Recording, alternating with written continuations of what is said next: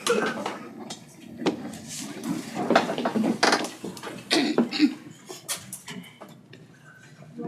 pledge allegiance to the flag of the United States of America and to the republic for which it stands, one nation under God, indivisible, with liberty and justice for all. Marion County Commission meeting, Monday, August 25th, 2025, 12:30 p.m. Start off with the public forum. Is there anybody here from the public that wants to speak that's not on the agenda? State your name. Karen Williams. And I just wanted to back what Marcy Kane and some of the others have said about the dock situation out at the lake. I mean, the newspaper article, you've got, you know, her signs being removed, her dock's been hit. I've had friends that their dock people got in their boat that was parked at their dock.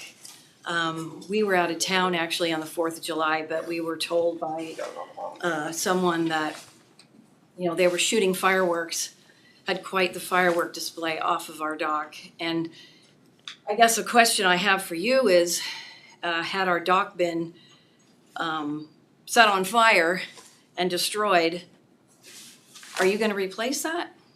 Is the county gonna replace that?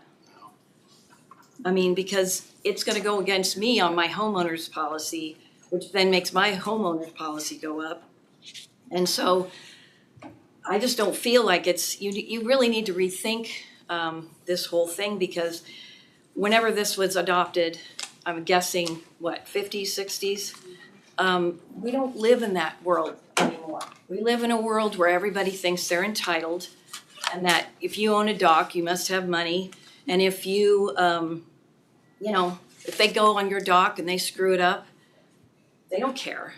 There's no skin off their ass. I mean, I don't have cameras, so I wouldn't even be able to know who it was that did any damage to my dock.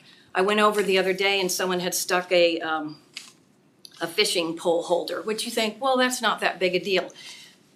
But they stuck it in my dock bumper, you know, so it didn't damage it, but it looks like they stuck a big piece of gum when they pulled it out. So, you know, that was really nice. I can't think of a time we don't go where we don't find fishing residue, bottle caps, whatever.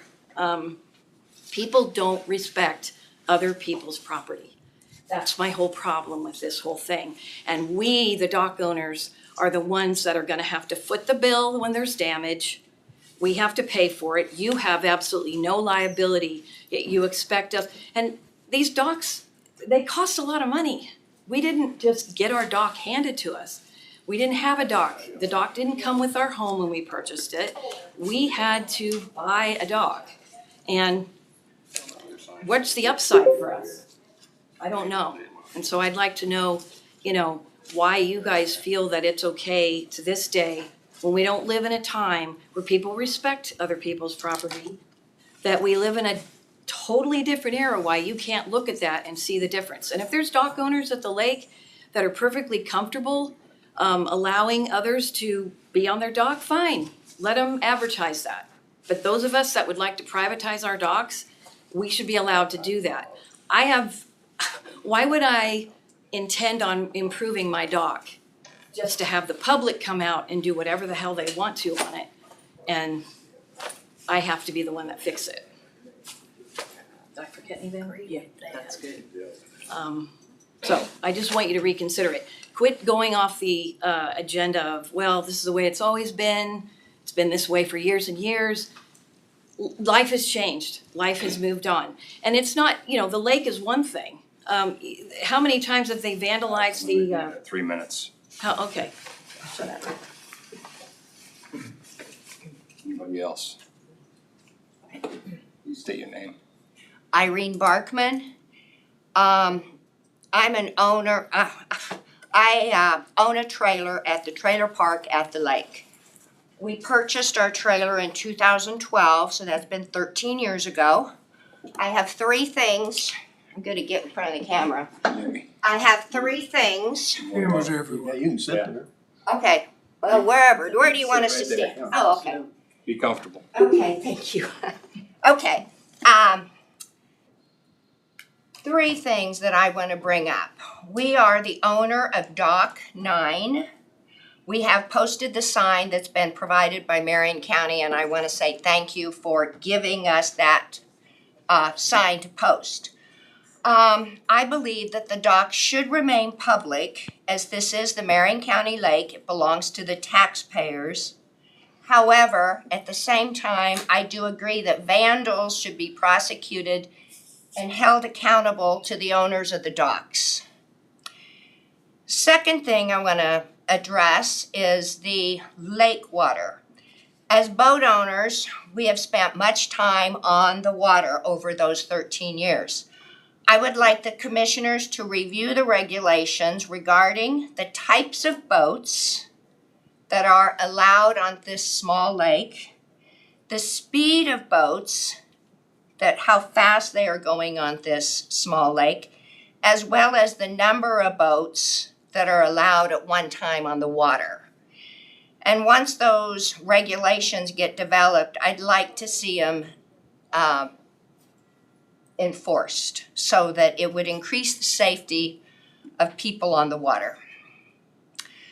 The third thing I want to bring up is I do want to thank Isaac Hett with the lake for all that he does for the lake. There's been a lot of improvements over our 13 years here.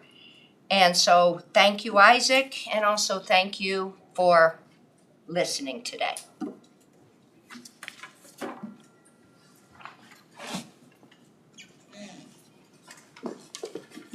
Any others? Online? You'll need to unmute your mic. Just help me make sure I get every voice. Okay. Seeing none, I'll close the public forum. Move on to agenda approval. Is there anything we need to add?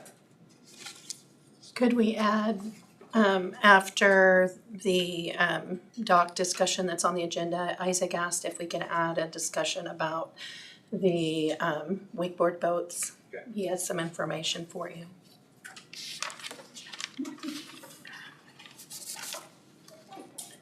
And I wouldn't say that you'd make a decision because it wasn't published ahead, like on the No, agenda ahead of yeah. time, but we can always schedule it. That's something we need to talk about and not ruin our water skiing.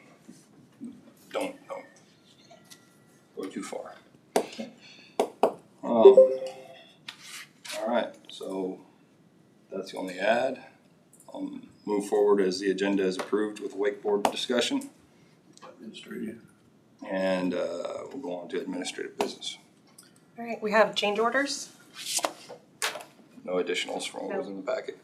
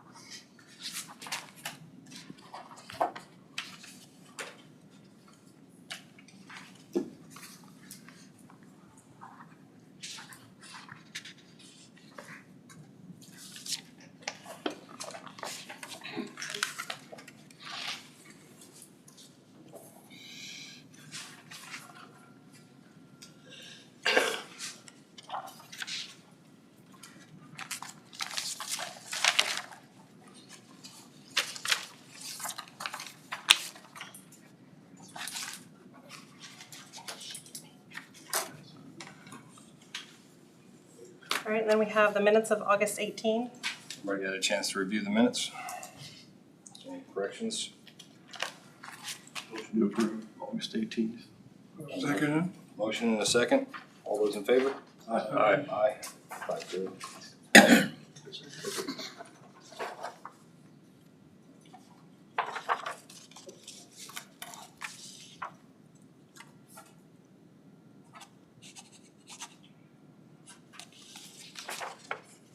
That's all I have.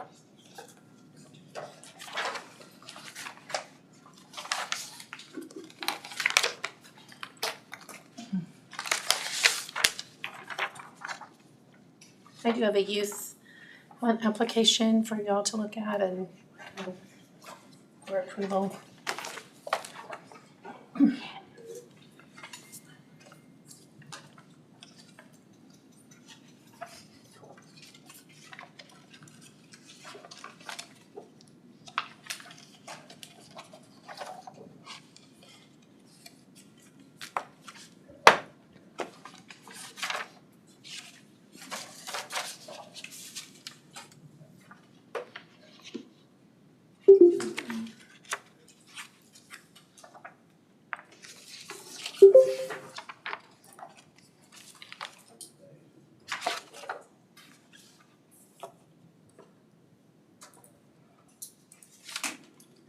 It's something we do every year.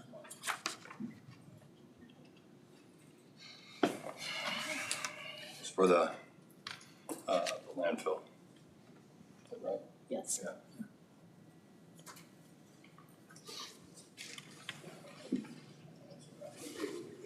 The available hunt dates have been posted on our website as well.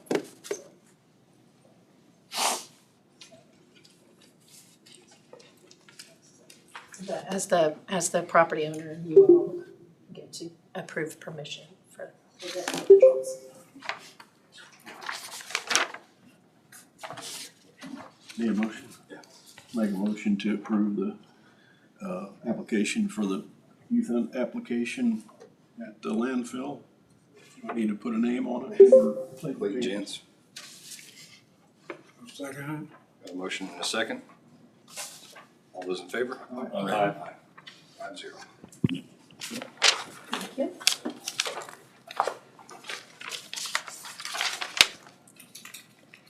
On the table, you have the biannual, so the 2-year bridge inspection report. Each of you has a copy of that, which I think we received last week.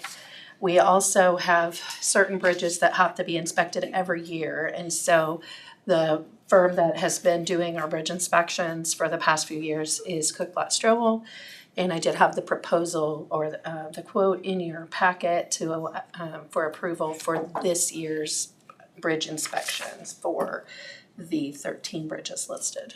Motion to approve. Yes. I'll make a motion to approve Cook, Platt, and Strobel on the lump sum price of $4,000. Second. Motion and a second. All those in favor? Aye. 5-0. Just have you sign it if you don't mind. They've been pretty nice to us.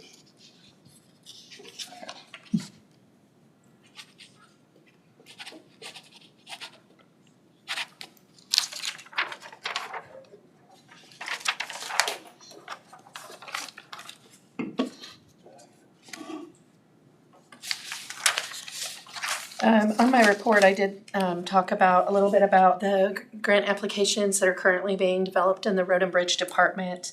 So the first one is the Economic Development Grant through KDOT for 330th, which you're all aware of.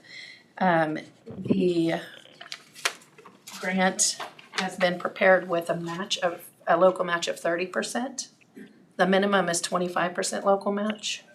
So I'm just wanted to verify that you're all okay with doing the 30%, or if you want to put a different percentage in there, we can.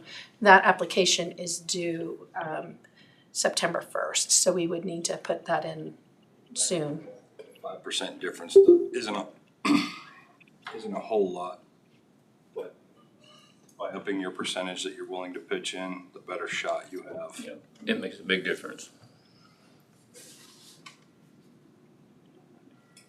Does anyone have any feedback on that percentage? Is everyone okay with? Stick with it. Put in 30% and see if we do. Okay, and then the other one is the cost share application. That came open and that's due shortly after the economic development application. And so since you all have had that focus on that 1 mile on Nighthawk south of 56, that one is the one that we're applying for. And the local match minimum is 15%.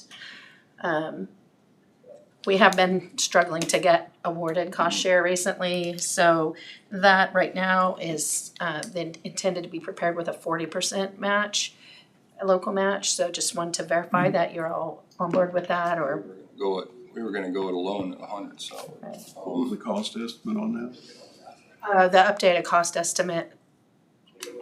I think we're waiting on it. Okay, Yeah. it wasn't in the package.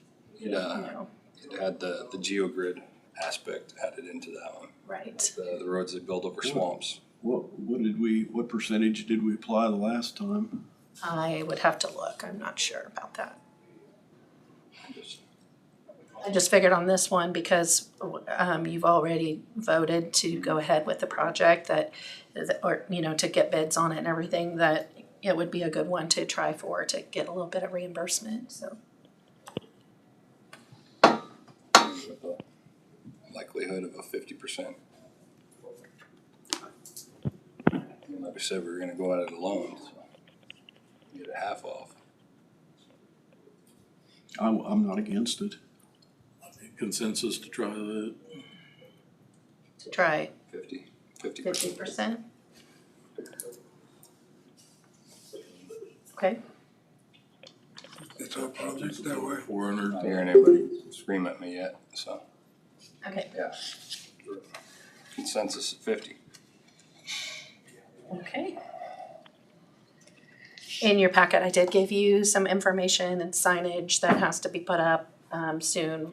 We do have a new type of algae that is at the lake, and so that was included in your packet there. So we have also posted it on social media. So That just kind of be added to the 3 signs that are kind of the 3 access points of the lake. Would that be correct or not? it'll be posted wherever we typically are posting the algae signs right now. KDHE is sending us some signs to put up.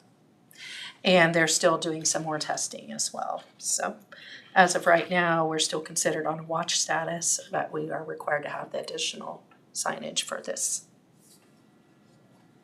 Does anybody have any questions about anything on the report? Seems to be evolving. From blue-green algae, now we got mats.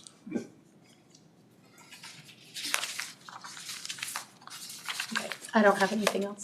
Okay. Couple minutes passed, but I'll give them back. Diane?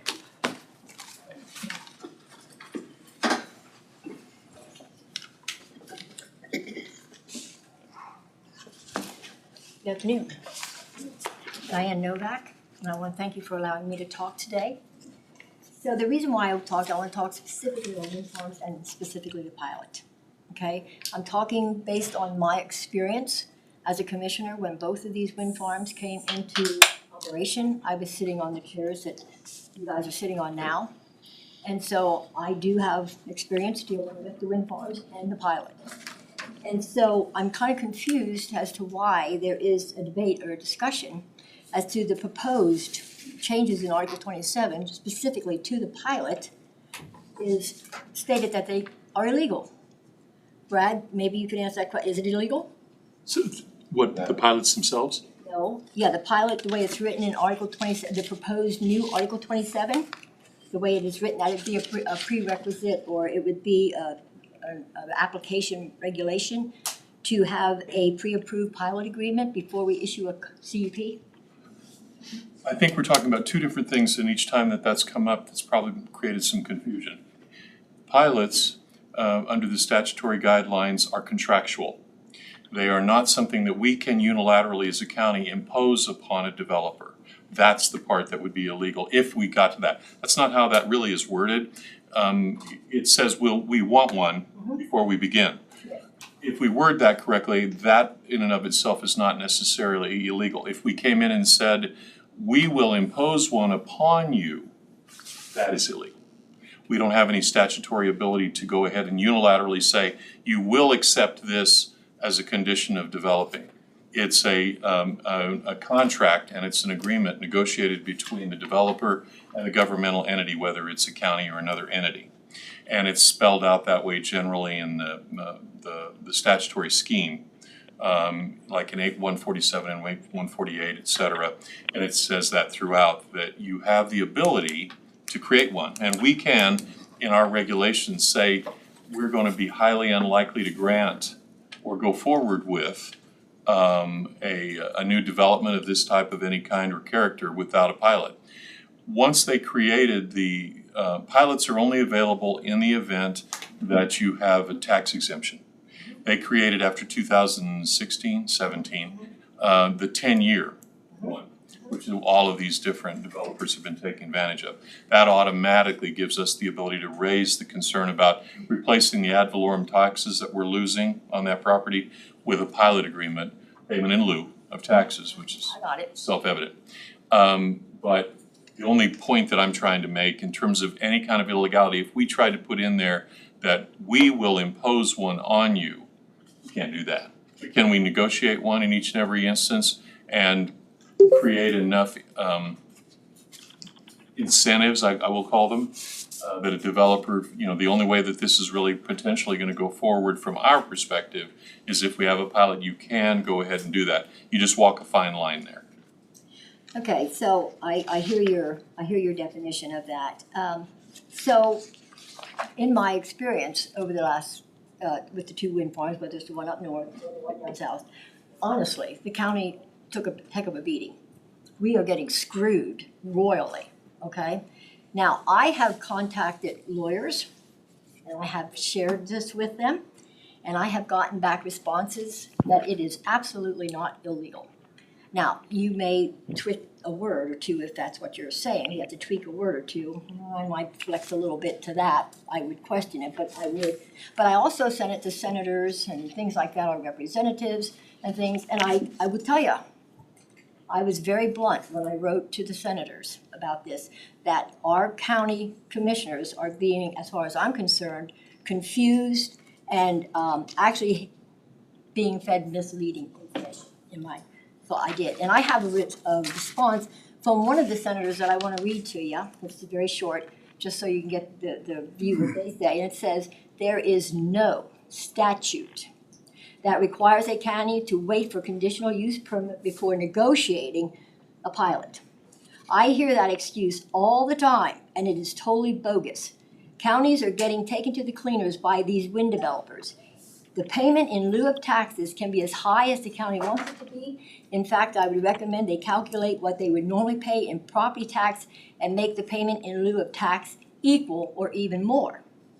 The county has statutory home rule. For some reason, these county commissioners bend over backwards to appease wind developers, attorneys, and they care nothing about the taxpayer. And this is what I see happening now. After we've been through this twice, how can we continue to do the same thing and expect a different result?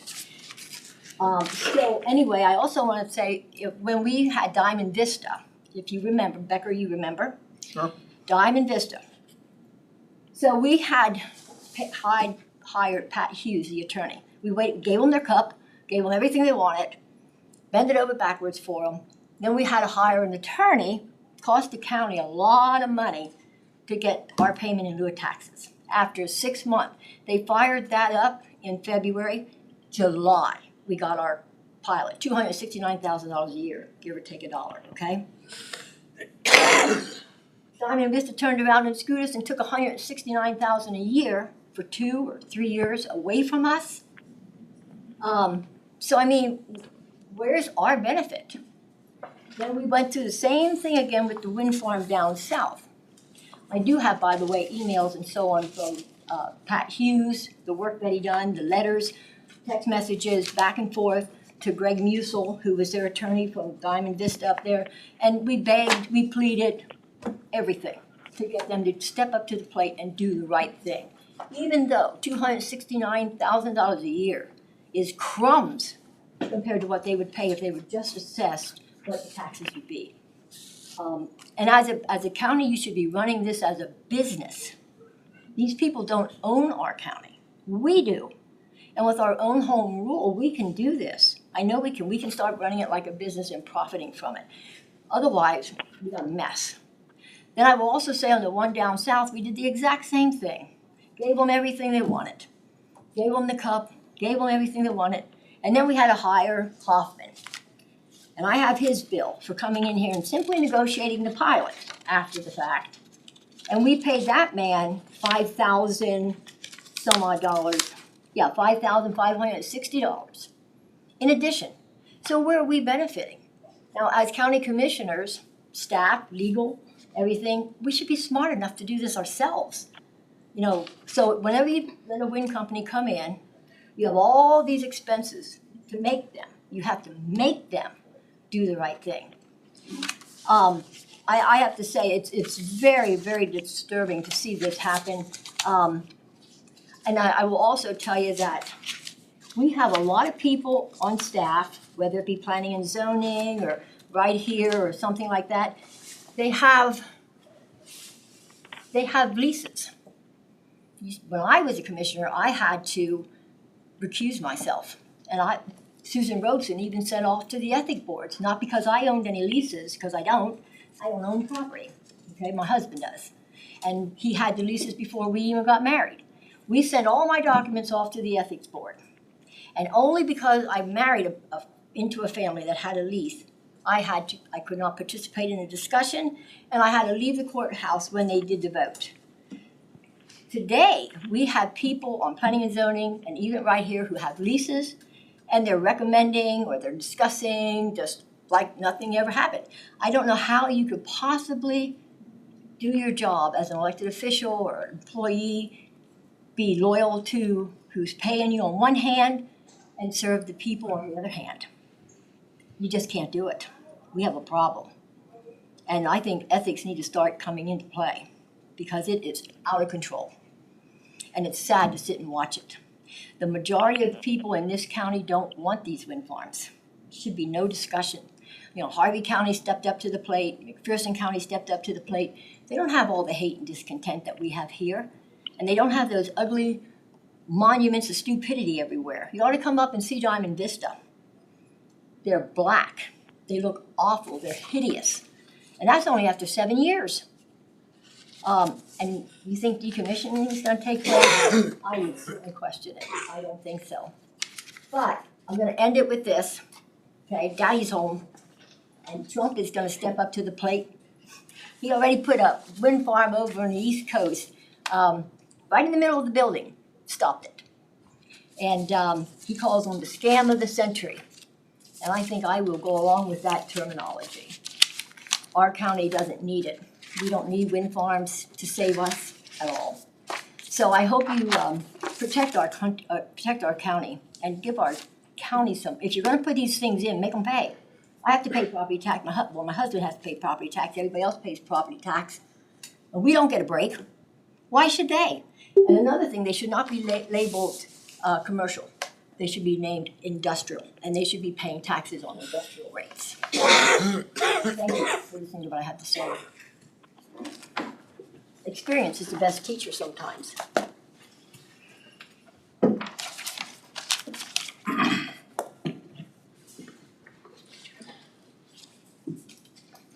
I was gonna give her back the 3 minutes. She ended on time. All right, Marcy. I'm back to stir the waters, no pun intended. All right. I'm assuming that we can have a discussion about this. I'm not just here to give you a speech and, okay, great. So I sent you an email yesterday. I apologize that it was late. Oh, first of all, thank you, Kent, for sponsoring me. I appreciate that. Can we get Isaac's in the hallway? Can he come in? Thank you. Sorry, I didn't mean to interrupt. No, that's fine. And I'll wait for him. He's here. Okay. Oh, there you are, sorry. I apologize. I sent you an email later last night. I was at a wedding in Colorado this weekend, but it dawned on me that in 2020, K-State did a lake study project, and I wasn't sure if you were familiar with that information. There's a lot of information in it. It does talk about the blue-green algae. It talks about campsite regulations. It talks about the residents that live there, building regulations, those kinds of things. But it also talked about whether or not we follow the Kansas Department of Wildlife regulations and rules. Does the county lake do that? As far as. As far as like distance from docks with boats and those kinds of things? Yes. Okay, perfect. Because the recommendation to be away from my dock on a boat is 200 feet. And I was out there kayaking the other night and there, I watched a boat go from me to Mike Beneke away from a dock. And I'm like, and he was leaving a wake. And I totally appreciate Isaac, I do.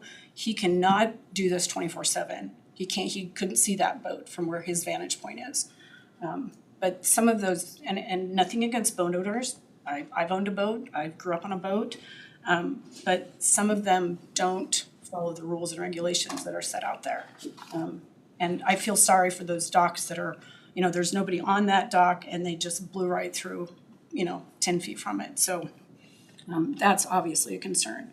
My biggest concern is the privatization of docks, and I've talked to you about that several times.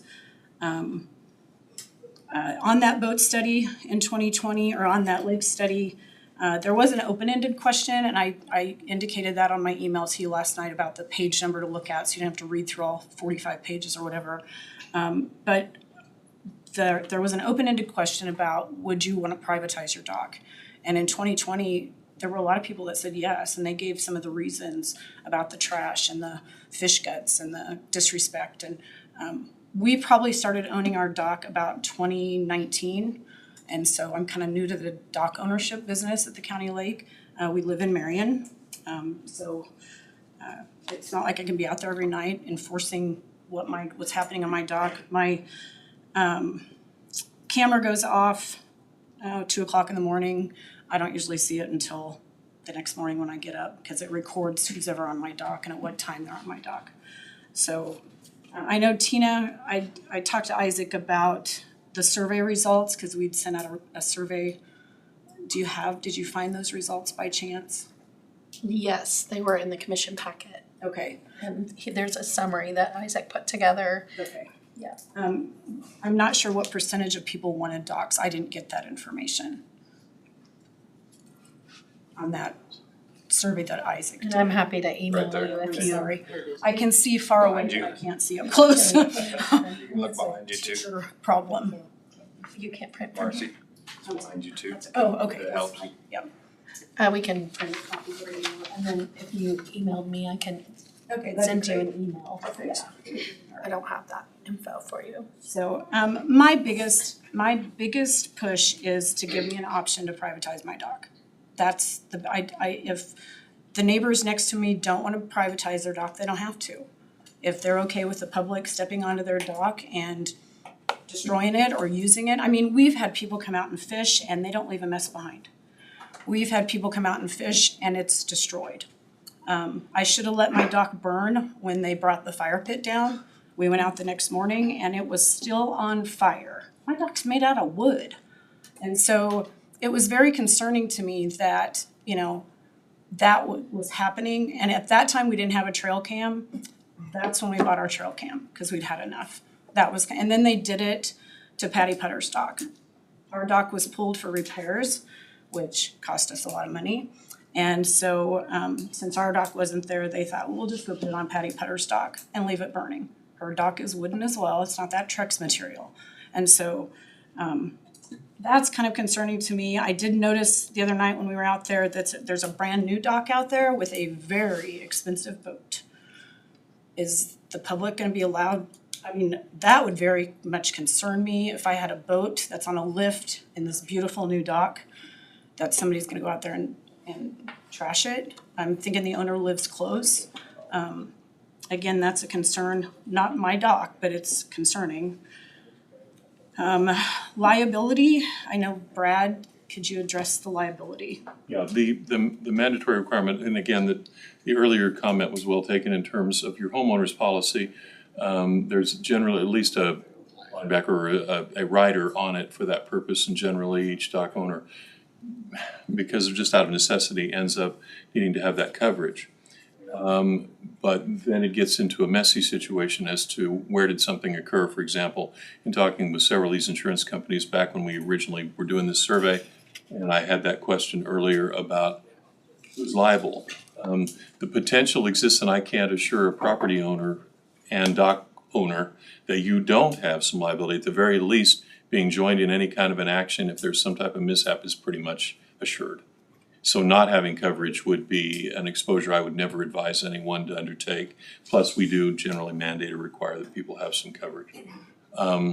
So it's muddy, and it's difficult because of the nature of the way the property is held out there in terms of some of it being public, some of it being private, crossing private property to get to these docks in some instances. So as we discussed, there isn't a good clear-cut answer in a number of ways to some elements of that, other than to assure you that, yeah, I think the likelihood that a private property owner would be involved in an action in terms of some event that created damage or harm or whatever, I think there's no way for you to be indemnified fully at this point from any liability.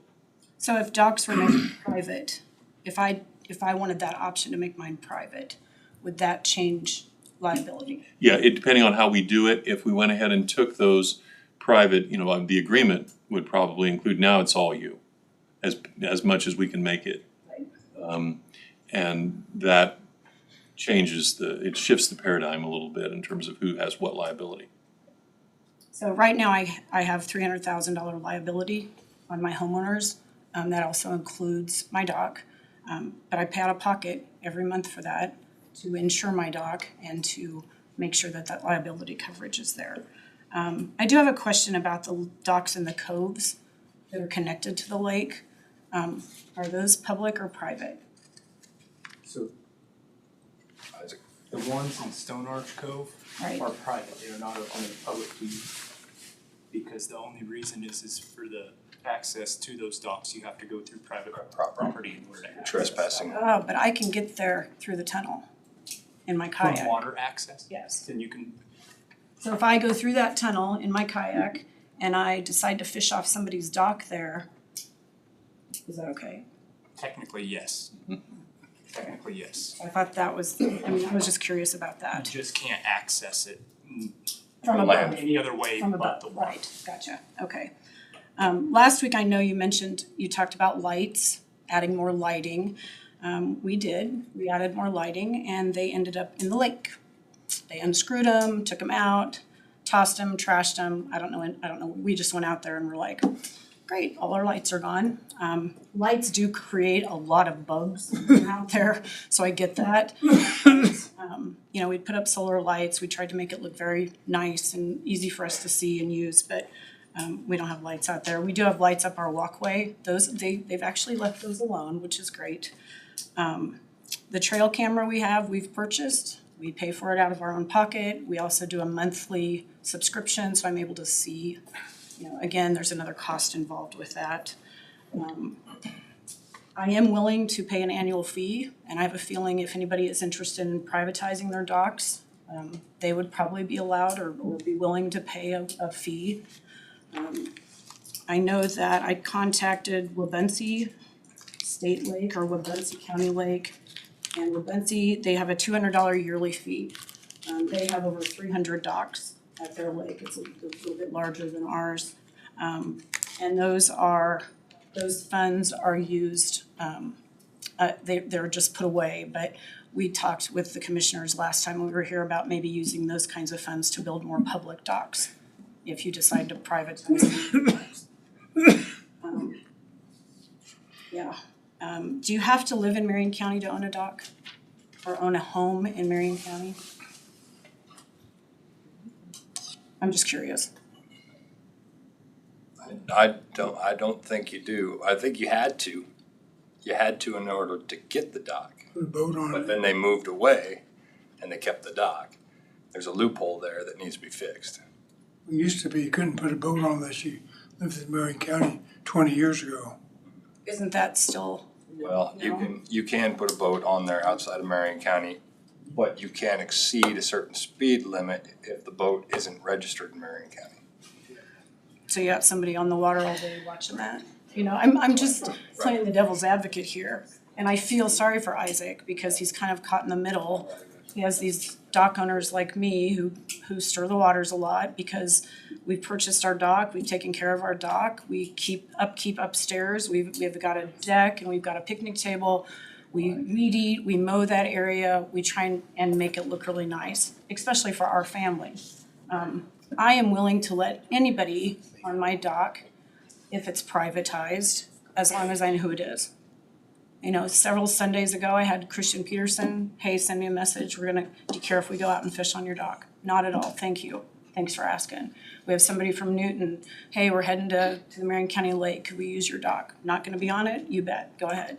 So I'd be more than willing to do that if we could have that option to privatize docks. My biggest concern is, I don't know who's on it. I can see now what they're doing, and some of that I don't wanna see. You know, there's signs up there that say you're on camera, but you're doing things on my dock chair or deck chairs that I shouldn't have to see. So I just am really curious how you feel about all of this. If I can ask that question. Just throwing it out there, if they went private, what changes? Depends on how we do it. A little bit, I mean. But if you just take that in a generic sense, like we were just talking about, if you're gonna go ahead and attempt to shift that in terms of the more control, you'll go ahead and give to the private dock holder, if you will. The more liability shifts to them only at that particular point in time. That's the general answer. So I mean, as far as enforcing people to stay off their docks, none of that really changes. Well, I have the benefit though, I'm sorry to interrupt, I have the benefit, I can lock my dock. We have a gate at the top and we actually put a gate on our entrance because we wanted to protect kids from running out there and falling down the steps, because we have a really steep, almost like a fire escape kind of steps You're out going on down. East Cove. Yeah, and we have partially covered, and that's another reason our dock is pretty popular, because we have shade, we offer shade. But we could easily put a padlock on that, and then the only access you could have was by boat to get on it. And usually the boaters, we don't have trouble with the boaters, they're usually families, they're usually out there because of the shade. A lot of them are, maybe their elderly mom and dad are with them, or their babies. The problem we have are the kids coming down at 2:30 in the morning and drinking, and I'm like, okay, my ladder falls off and bonks somebody in the head and they float to the bottom and they don't find them. What's gonna happen then? That's the safety part is really a big concern for me. If it were privatized, what is it that you'd look to control as a private dock holder? Who's on it? Anyone who's on it or anyone who docks to it with a boat? I think who's on it Okay. is the most important, and what time they're on it, if they're past the curfew. Obviously, they can't read. My sign it's by a light, you can see it at 2:30 in the morning.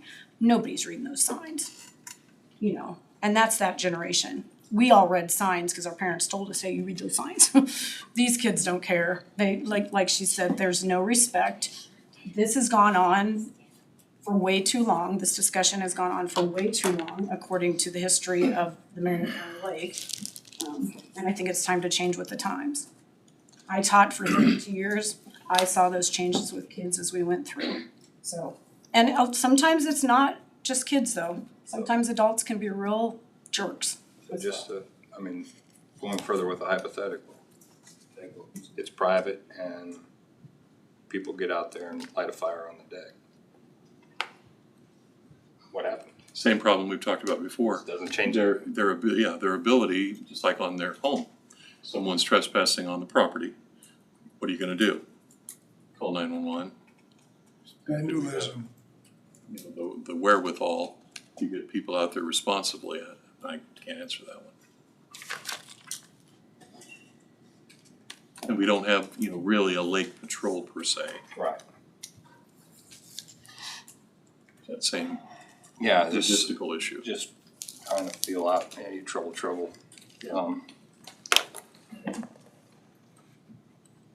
I know that,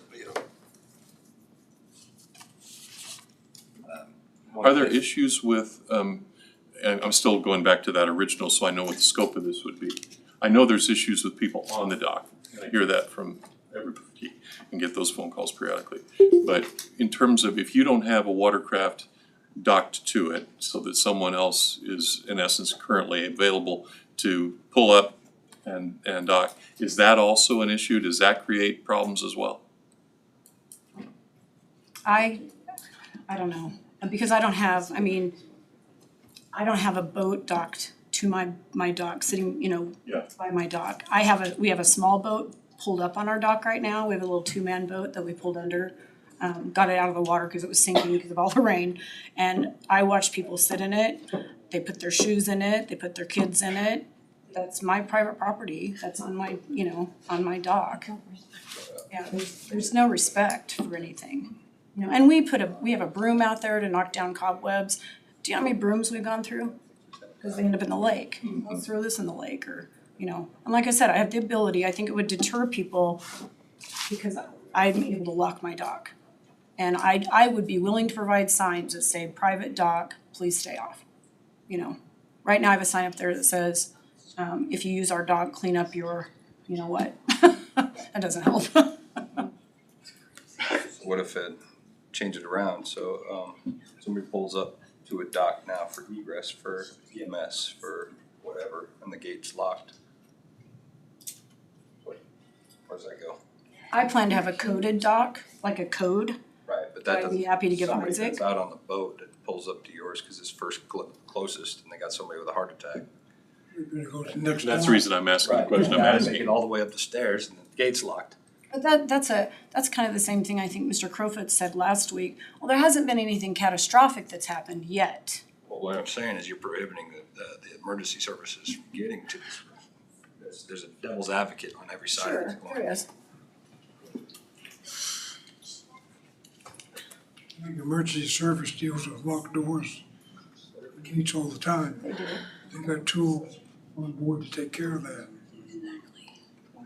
Yeah, they could easily snip off a padlock. Anybody could do that. They probably call it, take a padlock, grab. Or firemen, they carry those kind of For the things. houses that doors are locked. I feel that we got a whole bunch of information yesterday. That was a good study, wasn't it? Well, yeah, well, Tina had some, and I think, I don't know who all we got it from, but I got more than I could read. Yeah, I'm sorry. And I think Isaac got some meetings this fall with different lakes, state meetings. And he was gonna get information from his cohorts, and I think we need to work on that and come up with new rules by December 31, the new year starts. Because, like the wakeboards, we need to, Right. there's all kinds of theories on that. We need horsepower, and Isaac says if we set certain angles, you're all right. It's gonna, I've never used a wakeboard. And yes, it does stir up the bottom, but our lake is deep enough where it didn't affect most of it, I think. But I'm not an expert. The expert's standing back there, and I think he needs to gather information, and I don't know if anybody's an expert yet. There's a lot of studies coming out, and it's a fairly new thing, and it is pretty disruptive to the bottom of the lake. Even when you have depths of like 20 feet, it still can stir up. When you run And I'm not trying to be against the boat, at any kind of boat, because I enjoy getting out on a boat. It's great, but if The it's lake probably was messing never- up an the ecosystem. lake probably was never intended for too much horsepower engines. Our lake is small and Well, this is small. it- Well, and we're fortunate enough that the Marion Reservoir is 5 miles away. So we're a very fortunate town that we're in between two lakes. But yet, you go out there, you still see some really big boats out there. we've had big boats for 40 years out there. Well, I just appreciate you taking time to listen to me and maybe rethinking the old ways with the docks. and giving owners an option. Again, I'm not pushing for everybody to privatize their dock. I'm just pushing for an option for anyone who wants to have that, to be able to do that. That's really all I think we're asking. Oh, one more. So if they go private, then they decide they want to move away, sell the dock. Next owner, are they obligated to stay private? Are they? That's how we do it. Again, you have the ability, if you're gonna go ahead and have successors in interest who can inherit the same or receive the same benefit that the current owner has, or if you cut that off. You just be, What's you up to either be individual? grandfathered in or you address it in your In each instance. policy. You lock your house, you got a choice to lock or unlock your house. Yeah, well, that's different. Your house is on your own private property. Dock's kind of yours. You know, we're talking about public ground and public waters. And the other thing, are you doing a lease or are you doing a fee simple ownership transfer? Makes a big difference. Because if it's fee simple, then it goes, they can do what they want from that point forward. If it's a lease, that lease can terminate. The current leaseholder. Leasing it. No, if you've got an annual private, you're basically saying, I wish to lease, if we use that approach. And each property owner says, I want to lease this dock, but I want complete and absolute control. And each year I'll either renew it or I won't. Okay, that's one approach that you can take. The other is a transfer of that to the extent that we can do it. Some element of this is public in nature and federally and state controlled. Can't do when you get to a certain point in the water. It's complex quickly because if you're, again, that's why I'm asking the difference between somebody approaching this thing from the public easement, but, on land and getting on your dock versus someone who comes in on a public waterway and attaches to it. Could we solicit from Wabaunsee Lake how theirs is actually set up? Because evidently whatever they're doing out there must work. Yeah. Well, I've been Council to that Grove. lake, it's a little bit bigger. I was gonna lake. say, Council Grove does does it as well. There's still Your 300 land dollars goes to out the lake though. Yes, Your property your property goes to the go lake. to the My water. property does not go to the lake. That's the big difference It is. between the two. Yeah. It is, yeah. And you've talked about, well, my dock's sitting on public waters. Isn't your car sitting on a public parking lot? And I brought that analogy up before. Would you like me in your car, destroying it, leaving some dog dew behind, and then walking out because you left your car unlocked? I mean, I know it's a silly analogy, but No, it's, I get it's public waters, but there are other lakes that have public waters that have private docks. So I'm not sure if that really flies with me. So, I don't know, good luck. I appreciate again your time, consideration, listening to all of us complain about this, but I'm really hoping some changes can happen. So, thank you. change takes time sometimes. I get that, yeah, but maybe not 40 years. Maybe just a year. You got any comments of any sort, good, bad, otherwise, or Gosh, thoughts that was Marcy King. Do today? How much time do you have? you wanna sit here, Isaac? You're next. I mean, we've talked about this a lot. I 100% agree with, the frustrations that the dock owners go through. I don't know if we wanna get into this all today, but Well, I think there's a lot of things that would need to be, I think, looked at and addressed before any kind of decision was made on this. with Dave talking about, looking at it and towards the end, or before the end of the year, I think he said. Yeah. Yeah. If, We'll just set up a work session, something for that aspect. I think I really wanna get to the wakeboarding thing. Wakeboarding thing? Yes. Just one comment, I have, it doesn't, I don't have any stake in that, but we've got 31 out of 42 respondents, 75% of people wanna keep them public. 25% wanna go private. So we're making exceptions. We've got a planning and zoning meeting coming up this week with two people that want exceptions to our zoning regulations. Do we wanna be a county of exceptions or an exceptional county? So to me, it's one way or the other, and I don't care which way that goes. But we can't continue to, oh, I'm unhappy, I want an exception. I want an exception, I want an exception. So, The other thing is, I'm glad you hit on it, was, we did, this survey is basically of people out at the lake, right? This survey was strictly, so there's 79 private docks, 3 county-owned docks. So 79 people had access to this survey. Out of those 79, the 42 that we got back, that is strictly just dock owners. That is not anybody else outside of a dock. So if I was to open up the survey to Marion County, Those numbers would be extremely different. 90% of people wouldn't care. Cause they don't go to the lake. there's a bunch of people that go to the lake, Go to the lake, yeah. And that's, I think 10%, yeah. and they all pay taxes too.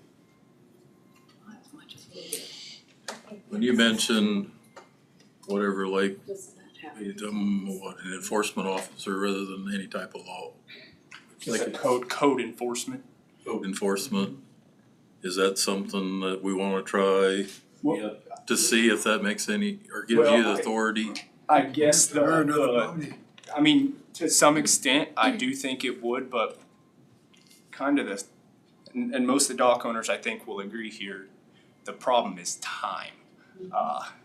During the day, I mean, I'm not saying that we're out there watching every dock every day all the time, but most of this stuff that happens that is an issue happens between 12:30 in the morning and 6 a.m. in the following morning. And so just having any kind of control on what is going on out there is our number one issue. And I will say this year, night and day difference, the sheriff's department has been a lot more present than they have in the past. I don't know how present they are between those times, but I know during the day, we've seen them out there a lot more than we have in the past. But just, and everybody, I mean, all the high school kids, they all know from 12:30 to, 6 a.m., there's not really much going on out there, unfortunately. And a lot of lakes have the capability of you can lock an entrance, 2 entrances, and you can't get in, you can't get out. We don't really have that opportunity with where we're at. And so, I mean, it's not that we catch stuff and can't do anything about it. It's just that there's so much stuff that we don't catch. I don't know, I mean, with the code enforcement thing, cause there's a lot of rules and stuff that we have issues with that technically aren't breaking the law, it's not a state law.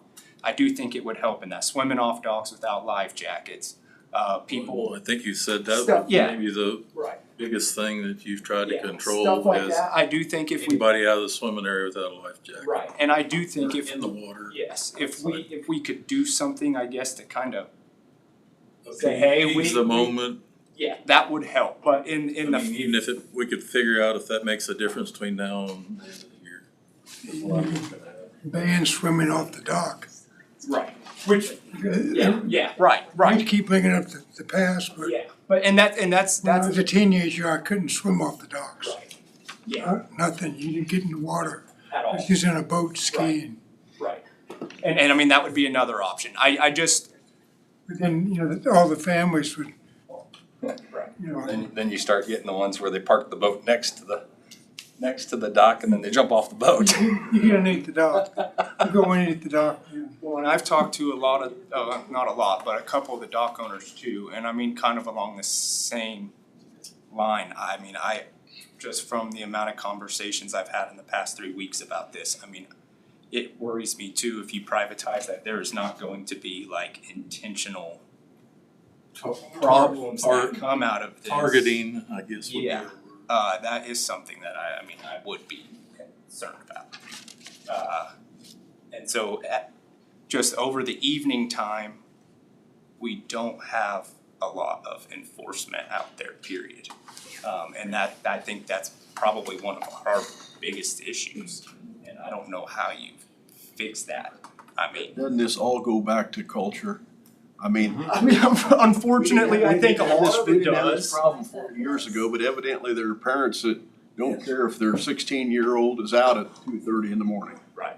I mean, it's pretty much proven. Right. So what we're dealing with is culture. Yes.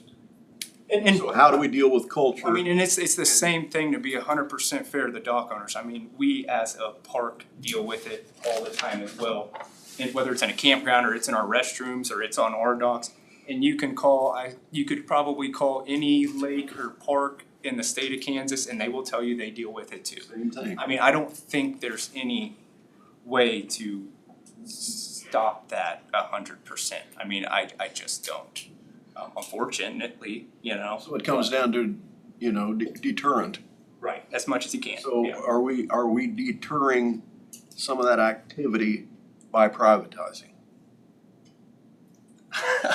I wouldn't know. Not- Yeah. That's Yeah. open-ended. Yeah. I know you can't answer it, I Yeah. can't answer Yeah. it. It would come by experience, I guess.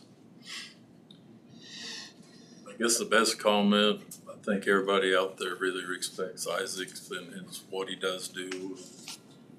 Tries to get along with everybody, has been exceptional in what I hear. You need a better class of clientele. Yeah, that's right. I guess, so to kind of try to get back on topic about the lake boats. I printed this off and you guys can take one and pass it down. This has been, and if you get online at all, and just type in wake boat problems, or whatever the case is, you'll find this is becoming a huge, kind of like Jonah said, it is a relatively new deal. All the studies that are out there are all relatively new. I will say that maybe outside of the docks, maybe not. This is probably the number one thing that we listen to within our office as far as complaints go. Or, I don't wanna say wake boats necessarily, but just the surf boats. The boats that have ballasts or wave shapers, air bladders that they can fill up with water. It sinks the back of the boat down and they just plow through the water and they can surf behind those vessels. You get complaints about it from dock owners, you get complaints about it from fishermen, you get complaints about it about other boaters, kayakers, swimmers, pretty much everybody that doesn't have one of these boats. We don't have a lot of them out at the lake. I mean, we relatively, I guess we kind of do. Maybe there's about 6 different ones that come and go. Some of them are out there about every single weekend. Some of them have those boats, but they don't utilize the ballast or they don't surf behind them. This that I'm passing around right now was a resolution that was drafted by the lake. I talked to the manager there. They are very similar in size to us, because they had the exact same issues that we're having here. I'm not gonna say that wake boats have any cause of blue-green algae because I'm not a firm believer in that, because the blue-green algae's been present way before the wake boats were present. I do think that they could potentially cause erosion problems along the shoreline. They do cause damage to the docks. The lake is just not big enough for those waves to disperse by the time they're hitting the shorelines or other boats or whatever the case is. That being said, the people have spent a lot of money on these boats that they use out at the county lake. You know how many locals own that type of boat that bring them out there? I would say All of them have to be Marion County, right? they're all Marion County residents. I would say that there's probably 6 of these boats. 6. And half of them are used fairly regularly I would say, yeah. or without Yes. concern of what they're Yes. doing. I don't know if, and I will talk to another lake owner about this, that they did the exact same thing, pretty much worded a little differently than this resolution that I have here, but like what he said was they actually went together, they banned them completely, said you can't use these boats on the lake at all. He said that they got enough negative feedback from the community that they kind of turned around and said, okay, you guys can still utilize these boats on the body of water, but you're just limited as far as what you can do. I don't know if the commission has any interest in making a change. Personally, I feel like what is drafted here would probably be a really good start if we wanted to. Those boats can still be utilized on the lake. You just cannot surf behind them at all. If they have air bladders or ballast, you cannot fill them up with water, and you cannot use any kind of wave altering device on that boat. The other thing that is a concern about them is the transportation of invasive species. The zebra mussels in particular, because if, for example, you go out to the reservoir to surf, you have these big air bladders in the back that you fill with water. Then you take them out to the county lake, whether it's 5 days or whatever later. You know, we do a mandatory inspection when those boats goes on, but you can't look inside those like you can a live well. So it's still wet inside. Yeah, you don't know if there is a transportation of invasive species there. It just makes it a whole lot harder. You know, the whole thing with them stirring up the bottom, there's a lot of studies and research going on about that right now that you can read a lot about. But there are states, Kansas is not one of them, really none of them around the Midwest yet, but there's a lot of states up north and especially northeast that as a state have come together to restrict them in some way, whether it's, I think Wisconsin just did one, any state body of water less than 500 acres cannot surf on any of those lakes anymore for various reasons. But I am not saying that we need to do this. I am just saying that if the commission is interested in potentially changing it, I mean, I don't necessarily think we need to completely ban them, because some of these boats, they have the capability of doing that. They never do it. They go out there and they tube. I mean, it creates a decent sized wave, but it's not like the wave that they create when they surf. If you can't inspect the water bladders in those things. Well, you're gonna know. Once they're on the water and they're pushing a wake, you're gonna know. But I'm talking about them going out to the reservoir or somewhere else and collecting a few zebra mussels. There's no way of, you're checking the ones you can check. If there's no way, sooner or later, if there's 6 boats in this county, chances are they're using the reservoir too. It is a concern. I mean, state has a mandatory dry period. When we look at a boat like that, we look at it, make sure everything is at least dry. But outside of that, I mean, Inside, you don't know what you tell. You don't know. You don't. And that is a concern that a lot of the states do have with. See that now, makes sense. It's dark and wet and it's like a bladders. I don't know, I mean, the question that kind of ask myself is what is in the best interest for the lake, the users, the residents, all of that. And I mean, I will say, I think doing something about this at some point in time would benefit the majority of the people that use the lake. I mean, just from the amount of comments that we have received about it over the last 3 or 4 years. And Tina and I have talked about it, and I guess every year it seems like there's 1 or 2 more of them.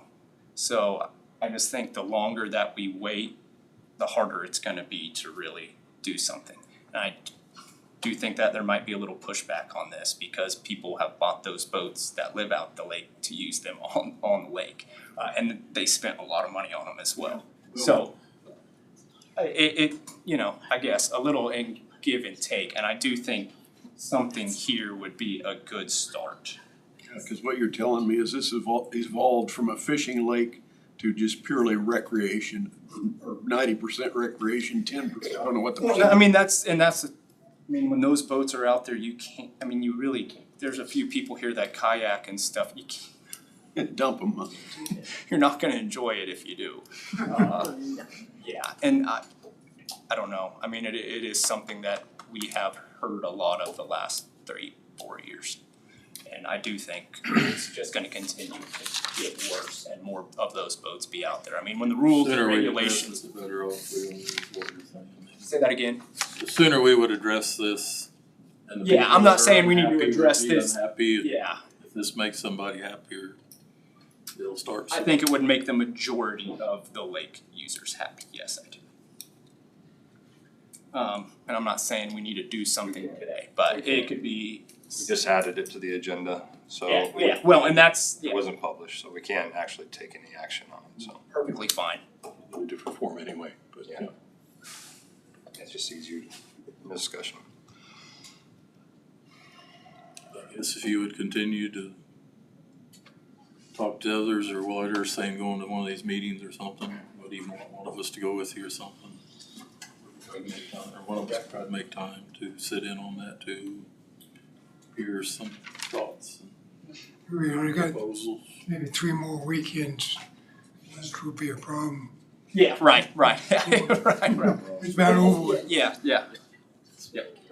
I like the thought of not banning them completely, because you may have a high performance boat, but you might decide to go fishing, right? Well, that's it, right, and I mean, and no ill will towards the boats at all, I mean, they're using them as they're meant to be used. You know, when our rules and regulations and all of this was made, I don't think anybody envisioned that this boat would be out on the county lake, right?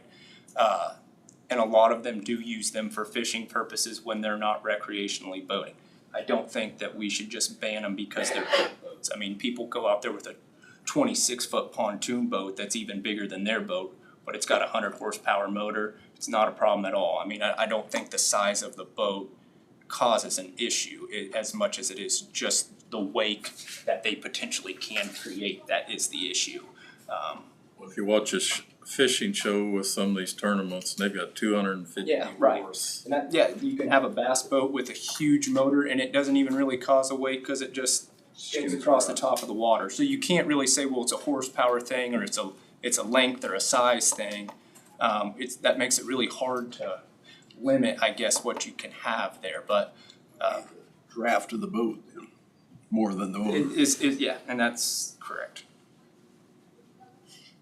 Well, I'm in favor of studying this to see if potentially we could implement something, that would work. And you know my position on the privatization.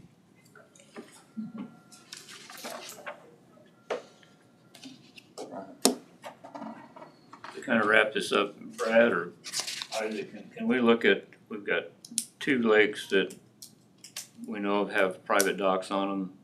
I've spoke to a lot more. yeah, there's Can we a number of them. kind of get a synopsis of how they're doing it and how it's working for them? And, He's been at this a long time, so we talking to can, people. Do you want to schedule a work session now so that I put it on the schedule and then have him send that to you, or what do you want to do? You already prepared for that work session? Yeah. Let's do it on payday, Friday. Oh, We can't do any decisions. Can we not? yeah, that's not a good. Friday for me. Yeah. Just with. Sorry. Labor- That's going into Labor Day and he's gonna, yeah. No, this has to be a September or October thing. Okay. So maybe Let's not rush into it. Right after the 1st of October sometime. or even the second week of September. Anytime after Labor Day, I can make work, I just would prefer not to. second week of so- September, I don't wanna put Maybe it, do it on the September 8th at the regular. 8th at like 10:30 or 10 or something like that. Or prior to the meeting, would that work for you? I can make that work, whatever. And that work? 10 o'clock, and then we get just figure on 2 hours and short break before we start. And there's nothing saying you can't do that during your regular time either, even if you're just doing a work session and it's longer. We'll just do it during a regular meeting. If we did it like at 10:30, yes, Let's on do the, it at a regular meeting. on the 8th. Yeah. Just do it at 10:30 before your regular meeting. No, he's saying doing it at 12:30, Oh, can do during that. the 12:30 whatever meeting. you guys wanna do there. It's up to all of you. Incorporate it in the regular meeting. Yeah. Either way. I just soon do the 10:30. I'll get it out of the way. 10:30 there, you gotta. Well, I mentioned 10:30, so. regular meeting's fine with me. Think we ought to wait till October. So I should have more information by then. He's got the He information. says he's got it. He's got it all. We don't have more. I'll just do it during a regular meeting, so you're the tiebreaker there, Dave. Regular meeting or 10:30? Isaac, do you still have that list of like different lakes that Regular meeting. stuff? Okay, And I do too. I've called and talked to a lot of them. I think we could get that to you in advance. Yeah, if you could get it, Yeah. I'd appreciate the opportunity to look at it We before did then. this once before, just trying to work through what are our options.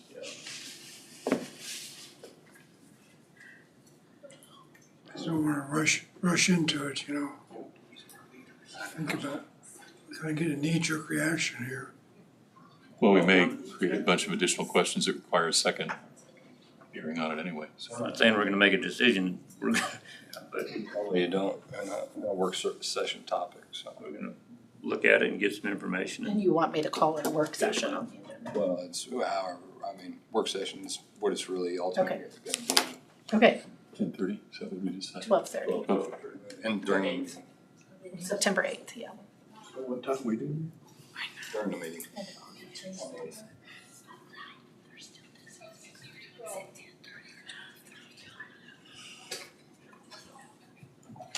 Good enough?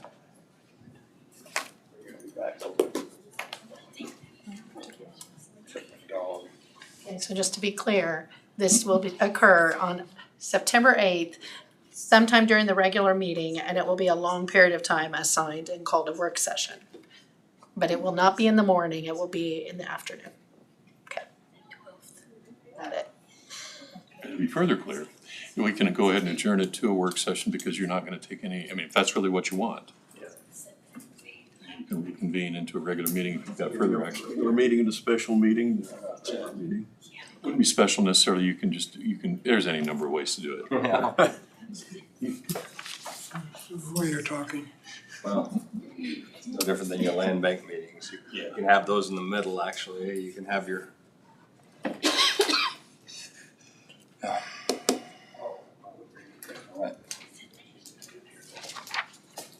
Alright, I guess. Yeah. See you on the. That's about it for me. Thanks, Isaac. Thanks for your input, Morris. Thanks for listening. Thanks for all your hard work. Seriously. Thank you. Take care, Isaac.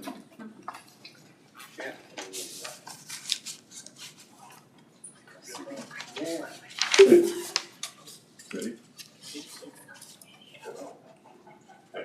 We just, I think, took care of one of the major ones, which was the docks, and we're good with that. Sunflower Energy Center update. We received this after, in the afternoon on August the 18th. As to the ALDS, site had an outage on the 26th of July. After that, all firmware was updated on the site. Update did not resolve the issue. Received new version of the lighting control module. Those have been installed on string 4B. They will be monitored to determine if this fixes the issue. Then as to scheduled maintenance, drone inspections are scheduled for September. They began the second annual maintenance starting on the 18th of August. And they had feeder outages for internal base bolt tensioning scheduled for mid-September. And then as to the T61 blade repair, WinDecom will perform the energetic blade felling on 8/25 as a start date. GE will remove the last 2 meters of blade and perform blade replacement. And then WinDecom will still be performing recycling and cleaning of the blade material. That all came from Mr. Sherwood. That was the last communication we've had. And that was in No, No, August that's the 18th. one- I believe you all got that as well. last week. yeah, I'm just making sure I just want, yeah, I just said that. So, Tina sent it to us. Right. There was another one there, though, that was right. not sent out.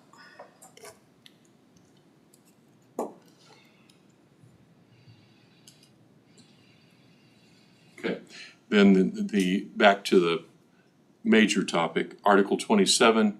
I think we're at a point where, and I talked with Sharon about it today in terms of putting it on their agenda for review. The overview element of this in terms of the proposed changes to it that were suggested. I numbered them. There are 20, basically, and you could make it 21, you could make it 22.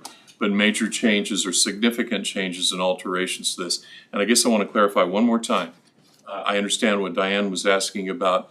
12, Kansas statutes annotated 12-147 says, every taxing subdivision of the state of Kansas is hereby authorized and empowered to enter into contracts for the payment of service charges in lieu of taxes with the owner or owners of property which is exempt from the payment of those ad valorem taxes under the laws of the state of Kansas, and is further authorized to receive and expend revenue resulting therefrom in the manner hereinafter provided. If somewhere the thought has been that somehow pilot agreements are illegal, that was not my intent to ever communicate it that way, ever. Pilot agreements are I've done them and done them and done them too. They are absolutely legal.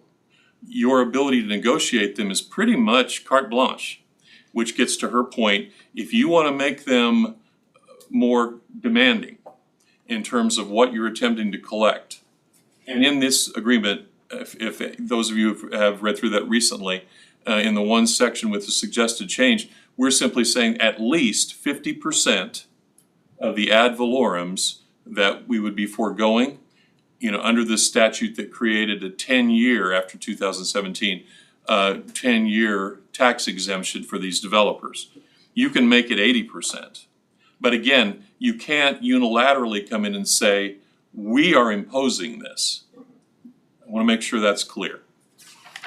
That's the part that I would have any concern about if we attempted to go ahead and put that into these regulations.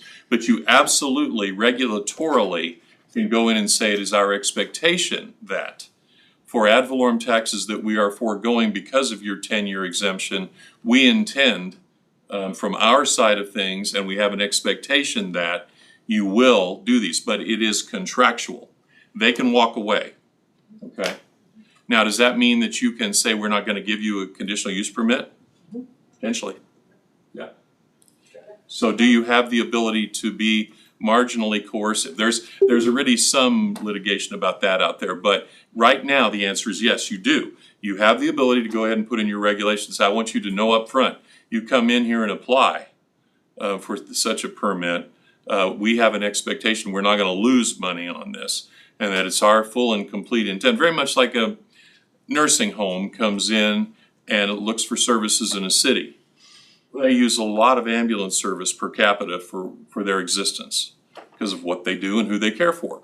But yet they're tax exempt in many cases. The whole purpose that cities, when we do those ordinances for a pilot, have put that in place is to make sure that the rest of the citizens don't end up with an inordinate level of burden to support an ambulance service, emergency medical service, that's really being used a great deal by an entity that doesn't pay taxes. This is the same way. I can go through each of these 20. I don't intend to do that at this moment. What I will tell you is there are none of the 20 items that propose changes that are illegal. I surveyed since the last time we talked about this, I think I'm at 23 counties, and got their WEX language from all of them. And they range, ours are, 1350, I don't remember today, I've slept since then. But, in terms of setback requirements, they go all the way up to 2,500 feet. And they also do differentiation between non-participating property owners and their residential structures versus participating. And you can do that. If somebody, This one does. yeah, I've got. yes, I know, and that's why I'm just trying to mention a few of the highlights to it. Several things in there I find to be really important and probably should be addressed. Under number 5, in terms of development plan requirements, pre-approved road agreements or road maintenance agreements, yes. I'm currently involved in several other counties trying to enforce them. Because once it's built, it's kind of, how do you unring that bell? Yeah, and so that can actually even probably be more extensively, again, I'm not planning and zoning here. But that can probably be strengthened even more than it already is. And probably should be, to be candid with you. Decommissioning, could probably have even additional requirements put in it, but I'm just speaking editorially at this point on that stuff. But the part that I was asked to do was go through one of these just in a generic sense and see if there was anything that fell into certain types of categories like regulatory taking, which was of concern to planning and zoning. No, I don't find that anything that's currently proposed would necessarily do that. They could create some arguments, and I think there are some language changes that can be made that probably lessen the risk of that entirely.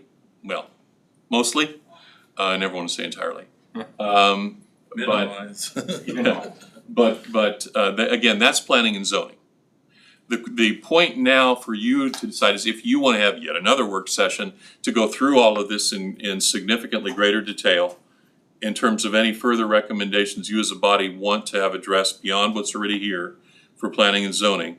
Because my conversation with Sharon today was, here you go. So that it can move ahead with them. If before they do that, you would like to do that, that's your decision. If not, if you want to take this as is and let them have at it now, that's fine too. But it's ready to, it needs to go to that next step as far as I'm concerned. It's kind of their job, planning and zoning. Yes. So you didn't redline anything? I did. You just highlighted some stuff? No, I redlined everything that I've talked about. But again, I was looking at it for one primary purpose in terms of what I was tasked with. Is this illegal in some fashion? No. I mean, my red line was not draw attention to, but actually cancel out. Did you cancel? Oh, I see what you're saying. Yeah. No, I did not. Okay. I did not. I made some suggested changes to language for me Okay. that I would probably share with Russ or with Sharon or planning and zoning generally, or this body for that matter, I don't care who looks at it. But they were really just based upon, as you go through it and research it and look for other examples of language and what's worked and what hasn't and what's already been subject of either a lawsuit or at least some significant disagreement in some other counties. I did that sort of thing. So you wanna just email it to all Yep. of us? And then, I'm happy to do that. if anybody has any issues with it, notify Tina, and we'll get it put on as an agenda item so that we hit it before planning and zoning has a meeting on We this. want to do planning and zoning's work for them. I mean, that's what they're for. They're supposed to tell us what is right. When I say it, Not us tell you them. can have the chance of first looking at it though. The buck's gonna stop here by the time they finish with it and comes back. So you might as well be More informed. important things to do. I mean, that's important. I mean, we talk about the roads, you know, the vehicles and you get new road graders. There's lots of things starting to slip through the cracks because we're getting stuck in one corner. You know, the lake is taking up a lot of time. I feel personally that 2 years ago we were doing more. Katina was doing it for us. There There was a lot more going on. is anybody opposed to letting Brett fire it out to us? I wanna see it fired up to us. I want to see it.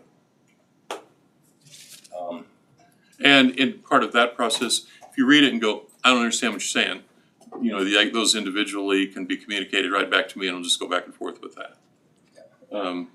I just wanna know in terms of some kind of a plan as to how this now begins to matriculate to planning and zoning. Do you wanna see this first and then, You already handed it off to Sharon, didn't you? no, I just called her and said, Okay. have at it, as far as I'm concerned. Because you've already directed that that's supposed to happen. When's our meeting, do you know?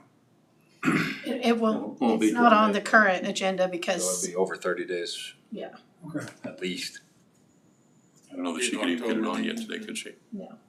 So, yeah, I would, as long as nothing was canceled out, I would say, she can start to. Conceptually, no. Like I said, I turned it into 20 points with like decommissioning and those kinds of things, and made the comments and tied them to the different paragraphs by number that are in here.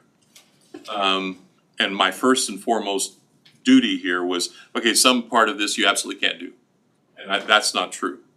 The ability generally to at least address all of these things exists, and it is enforceable on your part. Okay. County's part, I should say, collectively.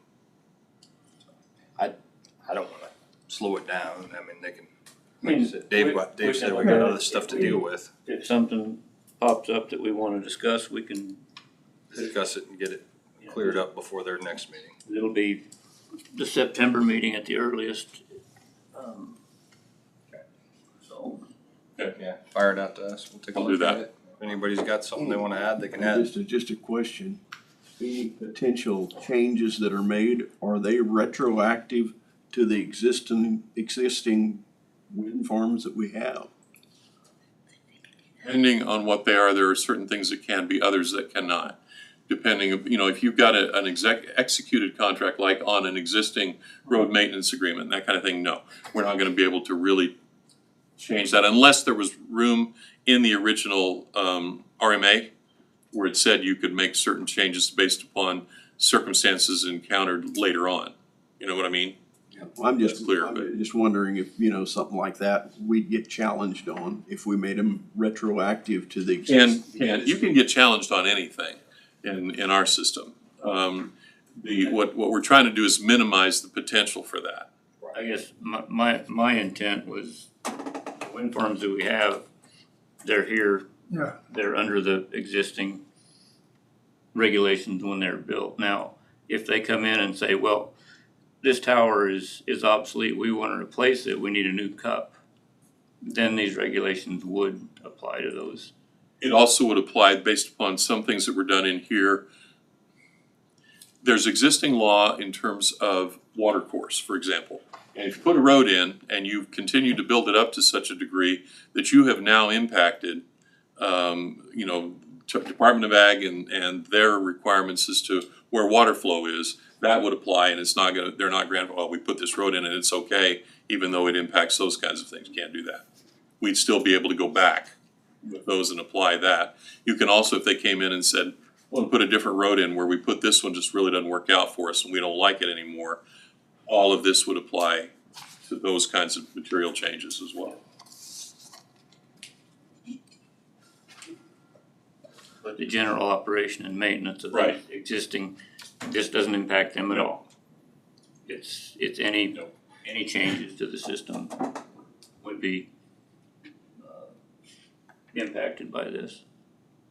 Because it's technically a new project. Typical grandfather rules. If they decide to go up 100 feet with new pedestals, all of that this would apply. What about an outright ban? That won't affect anything on a grandfather rule either. I'm talking about new. Yeah. Yeah, I raised that early, and it's still yours to consider. If you wish to leave the WEX in places that it currently exists because it has some value, but you also choose going forward with any further proposed projects, simply say, we're just not gonna ever do it again. Unless the ban is lifted. You have that ability. Can't stop the ones that are there. Well, I know that. I'm looking from here forward. Another option for you. And I would just assume if we wanna do a ban, we do both. Because when they come to repower these, they're not gonna put 500-foot towers up, they're gonna put 700-foot towers up. And if we don't address that aspect of it, then we're shooting ourselves in the foot with the two existing ones. Now, we can ban anything future, but I wanna also be able to make sure that we're not Creating the Wild Wild West. compounding issues by not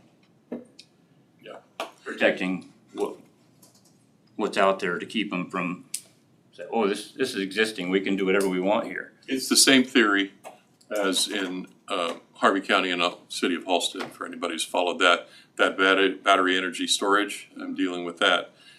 Still strongly recommending to them that they have planning and zoning regulations dealing with those. And even though there is an initiative referendum on the ballot for November to ban them. There's just reasons that both are useful to you. Yeah, and that's why I'd like to see this move forward, because having both is very useful. Okay. I got a couple questions on this topic still. Why the last 2 meters on the email? That GE's gonna take the last 2 meters? That's one question I've never had. Yeah, what is an energetic, I had asked to be allowed to observe to see what is an energized blade remover? Are they gonna cut it off and let it drop? I don't know that either. And then go up and take the last 2 meters off, unbolt it? You know, the information that they had sent saying that this stuff was non-toxic, I don't buy that. There's issues where these things have exploded and contaminated ground that is still contaminated. The one blew up off the East Coast, they shut down beaches for I don't know how long because of all the debris. I guess I'd still like to know exactly what they're doing, and their explanation is kind of, you know, this morning all the lights were flashing at my house, so. Every time it gets cloudy, they all flash.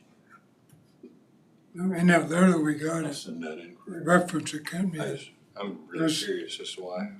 You look their website, Yeah, and What kind of scientific they testing showed are they some, doing? if you watch the video, Sure, it's probably a they warranty hook a thing. cable to it and they pull it down, It could be a number of things, but yeah, I and don't it know. hits the ground and explodes, and there's a big cloud of dust. I mean, that's the way they take this stuff down.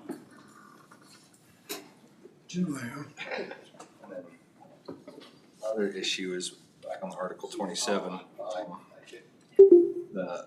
In the past, the conflict of interest has come up before, and we have it here. That's the reason why Dave abstains from any. You know, I abstain from any of mine. That same policy apply to planning and zoning.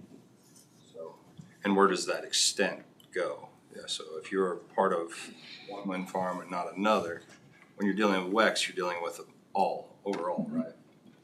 So there is a conflict of interest. We're not talking about one company versus another. Right. Not just clarifying.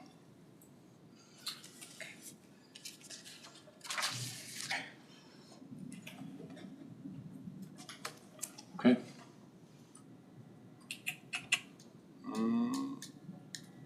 Any other items? Not today. Those were the ones I wanted to Anybody make got sure anything for Brad? we had some kind of guidance on, so I knew which way we were going. Commission comments.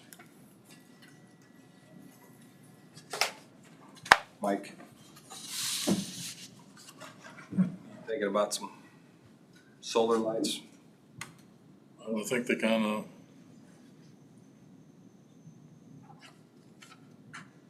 hit it. Of course, I'm assuming they've just got the small little round ones, kind of like they use around the yard. But I didn't know if they brighter motion detector type Mounted bolt-ons, if they have a light on. post.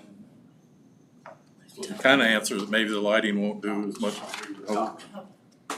But if it was big enough and bright enough, We had a conversation, I just wanna make sure he got his thoughts in the air while we were sitting in the room. and something that the dog owner had by themselves. It was a thought, I mean, if we had a couple of them go out and see if that deters anything would be my thought. If they're brought up with deterrent. $50 to $100 or something for a good one that's big enough and bright enough to deter after dark activities, whether that, Well, you'd want a motion, so that way they do kick on, and then that would be, you know. it can be seen and bright enough that it can Something's be going on seen out there. from the road or something that would deter. I'm just talking solar, I'm not talking anything Yeah. electrical, I'm talking, I would, Now, whether they take them off and break them or whatever, I guess we're back to the same, what they were talking about is break them, but to put say 2 or 3 or 4 of them out there to see if that does any good would be just a very minute, see if there's any deterrent to that type of after dark activity. Is my thought of that we ought to consider and try, especially if 4 of them was just a couple $100, or whether they were a better quality one would be even a couple hundred. Let's buy a couple, see if they would put them out there and see if that deters any of the after dark activity that's an issue. I mean, I think light is our only deterrent to the situation. I mean, it'd have to be pretty bright and come on its own. With the solar capability of some of these lights, a lot of them are very inexpensive at this point. So it's just a thought of what we would try as a deterrent would be what I would suggest. If we're in consensus to explore with we're that. just in the comments now. If everybody wants to, you know, get an agenda item away, or when we have our discussion in the September. I can bring that up in September when I just the dock owners are more than welcome to. When he brought it up to me and said it was a deterrent, I mean, it was the same thing that went off in your head, deterrent. That was, Marcia said she had some up. I don't know what kind she had, how durable, were they able to bolt down, were they able to screw down? There's all kinds of different variants. The issue has been taking them down. Well, if you gotta use a tool to take them down, then that changes things, you know? Now you gotta break them. Yeah. Or do something. Yeah, there's been some of them that have tools with them. I mean, if we put 2 or 3 of them out there some way in the next few months, we could know if that makes any difference. What's sad about this, there's gonna be a whole new crop this next year. Right. Like This group is moving on. like Kent said, it's culture. And the next group's gonna be well mannered. Okay. Yes. Good luck with that. There might be some truth to that, Well, it's actually. possible. Your hope would be. I would tell you not to invest in any alcohol stocks, because that market's falling off with Gen Z. Very something else. Do we want to discuss further the repairs on 290th out of Lincolnville? 290th on the. We need to have a discussion, put that one on, when's Road and Bridge coming again? Whenever you say. Just what's new. Or do we need to have Darren come? I got in touch with EVH and he couldn't be here today. And so I'm not sure if he's gonna be here Friday or not. There we go. Any other? If I didn't put that on your report, I'm sorry. I thought I had put that. Probably breezed past it, sorry. What, any other commission comments? Outside board report, CDDO last week, they completed all the requirements for their licensure, so beginning September 1st, they'll be fully licensed, and they're starting the process of meeting with individuals who are conflicted where they have case management and case support by the same entity, so they'll be working through that over the next couple of months, but they'll be fully operational September 1st. And they're going to the case management side? They're taking over case management for anybody that wants to come to them, but in particular, there's 43 individuals who receive case management and case support from the same entity, which. There's no auditing if they do it like that. Yeah, it's a conflict of interest and the state's cracking down on it and they can't do it anymore, so. hopefully within the next couple of months, they'll have all those conflicts resolved and That's a long time coming. Yeah. I think they've been working at it since well, they've been working on that for, before I was on there.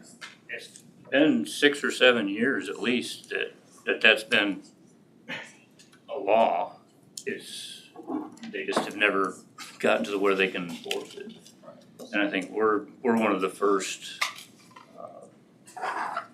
organizations or counties or group of counties to actually come up with a solution and get it resolved.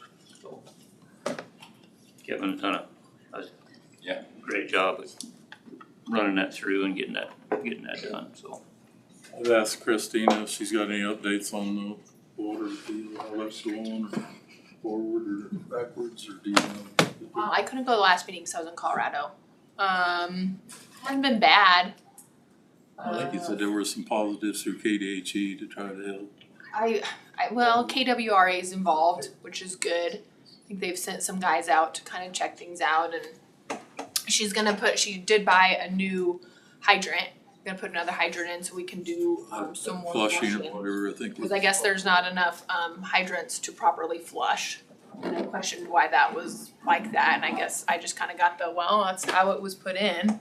And the fact that we didn't put one every 5 years. There was only one flush out, I believe. Yeah, I was like, I don't know why we Said haven't they should been have doing been this the last 30 years. Well, So, Engineers, well, They're putting in a new one, but I don't know if. I don't know where, because then that was the whole thing. It was like, well, then we have to get an engineer. If we get 7 of them, which is how many I think we needed, it was like 7 or 8, then we're gonna have to get an engineer. He's gonna decide. So I have no idea how they're deciding. I'm gonna ask that tonight, where they're planning on putting that at. There was supposed to have been one going in on 290th and Goldenrod. Okay, is that where That was supposed to have been last week, but I don't think it was completed. yeah, because she kind of told me it could take a year to get her person to put it in. I'm staying on top of them. I got my thumb Like on I it. said, thank you for all your efforts on We this. have another meeting tonight. Yeah, and this might be a question for you. So I did get a hold of the bylaws, and the bylaws, I'm not a lawyer, I just was reading them how I read them, and I feel like, cause I wanted to be on the board, we have a member stepping down and another member I think they're gonna ask to step down. So this would be, these new members would have to be appointed by current board members. And until the new, like when everybody could vote in February. And so I was trying to read it and I couldn't understand, I don't own the property, I'm a renter. So I didn't know like if I could get some help, if Brad could look at the bylaws and decide that, because if I could be on the board, I'd like to be, just to help him out. I mean, even if I'm not, don't get on the board, I'm still gonna help him out, but I didn't know if that was something that he could take a look at and decide whether or not, I didn't know. Okay. I know as a property owner, you're considered to have a water right. That water right is actually an asset to you. You can sell that water right. Usually, it's either part of a new real estate transaction or you sell it separately to the new owner of that property. So, cause I pay the water bill, I've paid it ever since I moved there, so I didn't know if that was like some sort of contract, like once I've started paying it, then I own it, You're the actual customer. yeah, if I'm the As it- customer. No, probably the water right is with the landowner. Okay. But then in there, it says Scully leases will be considered as property owners. So why only Scully? I understand, I get it, Scully has a lot. Can of worms. Yeah. Scully actually owns the ground and they lease it. They lease it. Lease their ground to other people, that's why it's Scully. They have lease. long-term leases. It's not because they're leasing. she's doing the same thing. They actually have what they call an equitable interest in there, because they can sell their Scully lease based on approval from Scully and actually come out with some cash. Well, Scully, what I'm saying is Scully is the landowner. Right. Then the leases part is what they're in business to do. So a person who has a house on a Scully lease gets to be on the board. Cause that's happening right now. I think she's. And my question is, That is right. I live in a house that is owned by a big landowner, I mean, people I rent from are big landowners. So I just was like, why are we only doing school leases and not other leases? It's all in the name. There's another way around it. Okay. Because it's an absentee landlord, in those instances, they can go ahead and use a power of attorney or a designation that the leaseholder on the Scully property is empowered to serve in the capacity for the owner. The person from whom you lease, if they were willing to give you that power, probably is not prohibited. It's a way for you to participate. You would step in their shoes. I haven't seen the bylaws, but that's not an unusual. Well, here's the thing too, the people on the board would have to vote me in, and it's pretty sad, I don't think they would vote for me, and that just shows like, well, that makes me really sad. Like, I don't find that a laughing matter, like someone who's willing to help, they don't even want me on their side, like I would think you'd want me on your side. I literally got Kansas Rural Water Association there, they're there because of me. Setting the party. And, well, I'm telling you, All I can do is thank you for all your effort. I appreciate that. I'll still go, It's but, very trying and We need people with that have an active interest. and that's the thing, I'm like, who other, I can't think of any two people, we're gonna need two now. I can't think of two people. Any other commission comments? I got KAC on Wednesday. So I ain't got nothing. All right. Motion to adjourn. Second. Got a second by clerk. All those in favor? Aye. 5-0.